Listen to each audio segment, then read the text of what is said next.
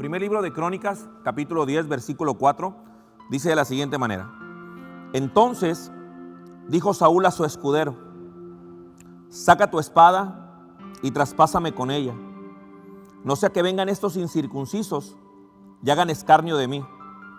Pero su escudero no quiso, porque tenía mucho miedo. Entonces Saúl tomó su espada. Pon atención a esto. Entonces Saúl tomó su espada y se echó sobre ella. Cuando su escudero vio a Saúl muerto, él también se echó sobre su espada y se mató. Así murieron Saúl y sus 3 hijos, y toda la casa murió juntamente con él. Primer libro de Crónicas, capítulo 10, las escrituras que nosotros acabamos de leer, muestran el momento en el que el reinado del rey Saúl, o la vida del rey Saúl, llegó a su fin. Esto ocurrió mientras ellos estaban en una batalla contra otra nación o contra otro ejército, el ejército de los filisteos. Y el rey Saúl fue un hombre escogido por Dios. Es el primer rey de la nación de Israel. Y Dios escoge a este hombre y lo pone sobre una posición de autoridad, sobre una posición de liderazgo, sobre una posición donde ahora él era el que iba a guiar al pueblo de Israel. Y estuvo durante varios años, estuvo en este lugar, en esta posición. Se convirtió en el general o en el jefe del ejército de Israel. Se convirtió en el líder de la nación de Israel. Y en un momento de su vida, algo ocurre que se empieza a desviar, empieza a corromperse. Finalmente, el rey Saúl termina así,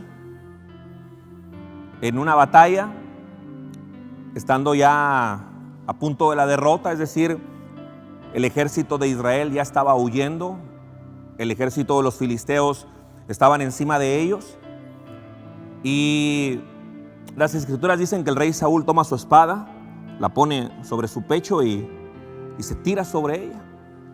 Es muy posible que el rey Saúl ya estaba herido porque los arqueros ya los habían alcanzado a Saúl y al ejército. Pero Saúl toma la espada y se echa sobre ella. Le dice a su escudero: hazlo tú. Pero el escudero no quiso hacerlo, tuvo temor de hacerlo. Obviamente él no quería levantar la mano contra su rey y no lo hace. Por esa razón finalmente Saúl termina haciéndolo. Pero cuando su escudero mira lo que hace su líder, o mira lo que hace el rey Saúl, su escudero termina haciendo lo mismo también. Y aquí es donde está el punto, o este es el punto, ¿no? Que finalmente los seguidores van a terminar haciendo lo mismo que hace el líder. Esto es algo bien importante porque de una o de otra manera todos los padres de familia, todos los líderes en la iglesia, venimos teniendo una posición donde la gente empieza a mirar lo que el padre hace o lo que el líder está haciendo. Y los seguidores van a hacer lo mismo que el líder está haciendo, sea bueno o sea malo. Lo que el rey Saúl está haciendo no es bueno. Y aunque no es bueno, aún así, su escudero termina haciendo lo mismo que él. Eso enseña que los discípulos, o que los seguidores, o que nuestros hijos van a terminar haciendo lo que ellos nos vean hacer a nosotros. Por esa razón, el rey Saúl tenía una gran responsabilidad sobre sus hombros.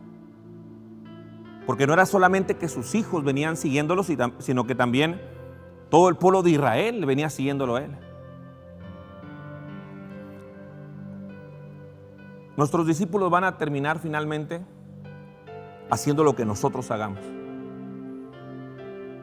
Por esa razón es bien importante que nosotros aprendamos a seguir a Jesús, que aprendamos de su ejemplo y de su testimonio para poder imitarlo y de esa misma manera poder ser un buen ejemplo y un buen testimonio para la gente que nos mira a nosotros como un ejemplo.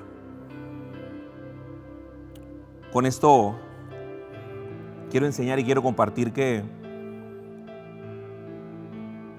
cada líder, cada maestro, cada hombre de Dios, cada padre de familia tiene una gran responsabilidad.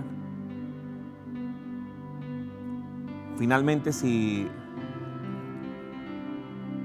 yo respeto y amo a mi esposa, eso se quedará como un ejemplo en la vida de mis hijos.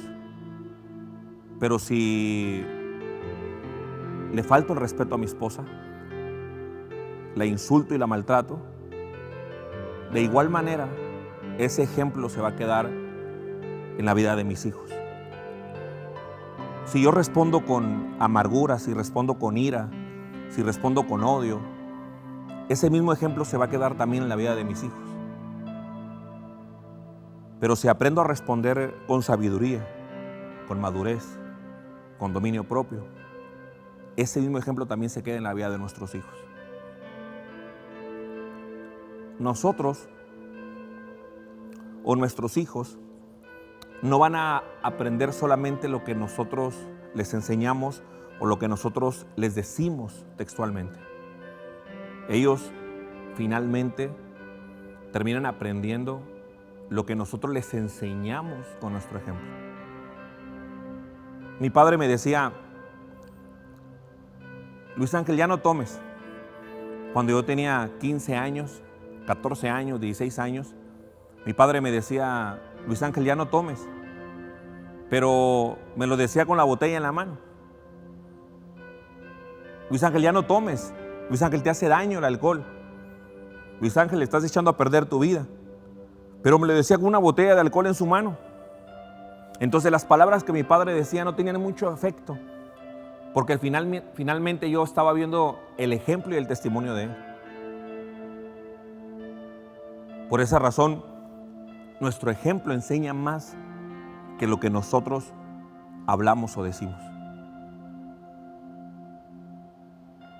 Que en el nombre de Jesús, estas palabras o estas escrituras nos puedan ayudar a nosotros a poder reflexionar de las decisiones que nosotros tomamos o de los pasos que nosotros damos, para que podamos entender que hay mucha gente que está viéndolos y que están aprendiendo de nuestro ejemplo y nuestro testimonio. Por lo menos nuestros hijos están aprendiendo lo que nosotros hacemos y de la manera en la que nosotros vivimos. Seamos un verdadero ejemplo de Jesús, para que la gente pueda ver en nosotros estas buenas obras y que de esa manera ellos puedan glorificar a Dios. Dios te bendiga, Jesús te ama.